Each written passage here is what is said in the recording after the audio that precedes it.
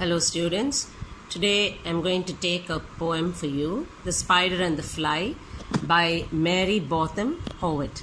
Now first I want to give you a small note on the poet. Mary Botham Howitt was an English poet. She was born at Coleford in Gloucestershire. She was educated at home and read widely. She started writing verses at a very early age, and together with her husband William Howitt, she wrote over 180 books. Now in this poem, The Spider and the Fly, it is like a story where the poet illustrates and teaches the readers that they should not give in to easy flattery and therefore be tricked. So here the story begins like this. It's about the spider and how tricky and cunning the spider is into alluring or trying to get the fly into her trap. In the beginning, the fly does not heed to all the spider's words, but finally she is tricked by the cunning spider.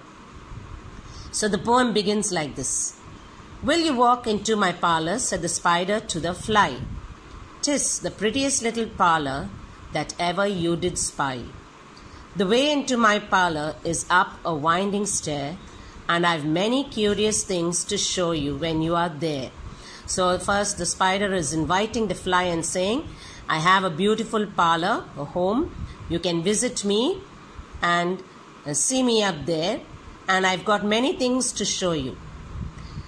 The fly replies, "Oh, no, no," said the little fly. "To ask me is in vain, for who goes up your winding stair can never come down again." So the fly is telling the spider that I will not come there, because whoever comes up to your parlour never comes down again. "I'm sure you must be weary, dear, with soaring up so high. Will you rest upon my little bed?" said the spider to the fly. "There are pretty curtains drawn around. The sheets are fine and thin. And if you'd like to rest a while, I'll snugly tuck you in." So the spider is telling her, "You must be tired from flying here and there. So if you come into my parlour, you can take a good rest. I have nice curtains there and sheets and linen and a soft bed. So you can snugly rest there." "Oh, no, no," said the little fly. "For often I have heard, it is said, that never, never wake again who sleep upon your bed." So the fly is telling the spider, "I've already heard that whoever comes up to sleep in your bed will never wake up again." Said the cunning spider to the fly, "Dear friend, what can I do to prove the warm affection I've always felt for you? I have within my pantry good store of all that's nice. I'm sure you're very welcome. Will you please take a slice?" So next the spider is telling her, "I have a nice pantry with lovely food," and he's addressing her as a friend and telling her, "You can come here and have some food with me." Again the fly replies, "Oh, no, no," said the little fly. "Kind sir, that cannot be. I've heard what's in your pantry, and I do not wish to see." "Sweet creature," said the spider, "you're witty and you're wise. How handsome are your gauzy wings, how brilliant are your eyes. I've a little looking glass upon my parlour shelf. If you'll step in one moment, dear, you shall behold yourself." So after offering food, now next he's saying, "I have a nice glass mirror there. You can come." And he's just trying to tell her, "You're very beautiful. You can come and take a moment and look at yourself there." "I thank you, gentle sir," she said, "for what you're pleased to say. And bidding you good morning, now I'll call another day." So the fly tells him that it's all right, but I'll come another day. The spider doesn't give up.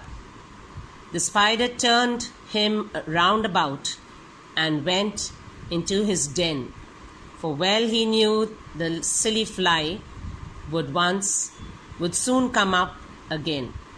So he wove a subtle web in a little corner by, and set the table ready to dine upon the fly. So he turns around, goes and prepares his den. Usually the spider is in a web, but here the poet describes it as a den because he is going to try and make it like a trap for the little fly to come and dine.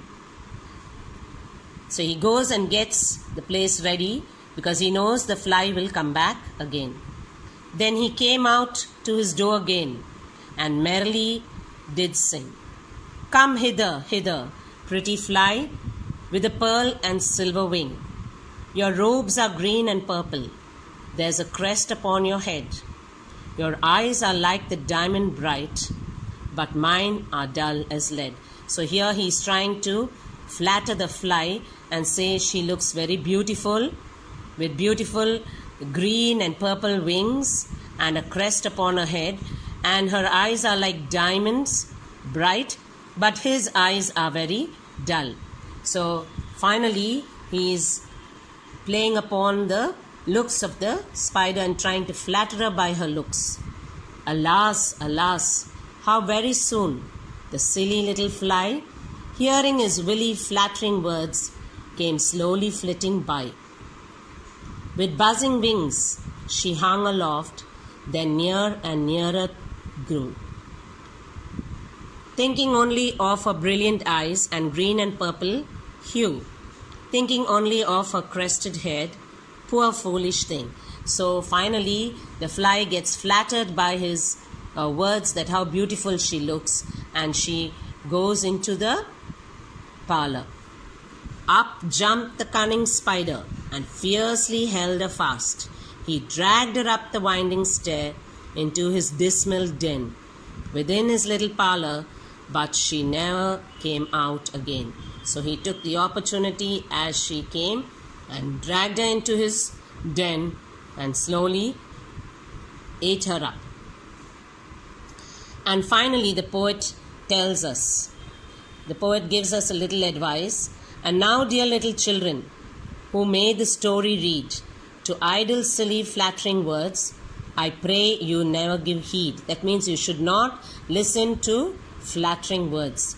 Unto an evil counselor, close heart and ear and eye, and take a lesson from this tale of the spider and the fly.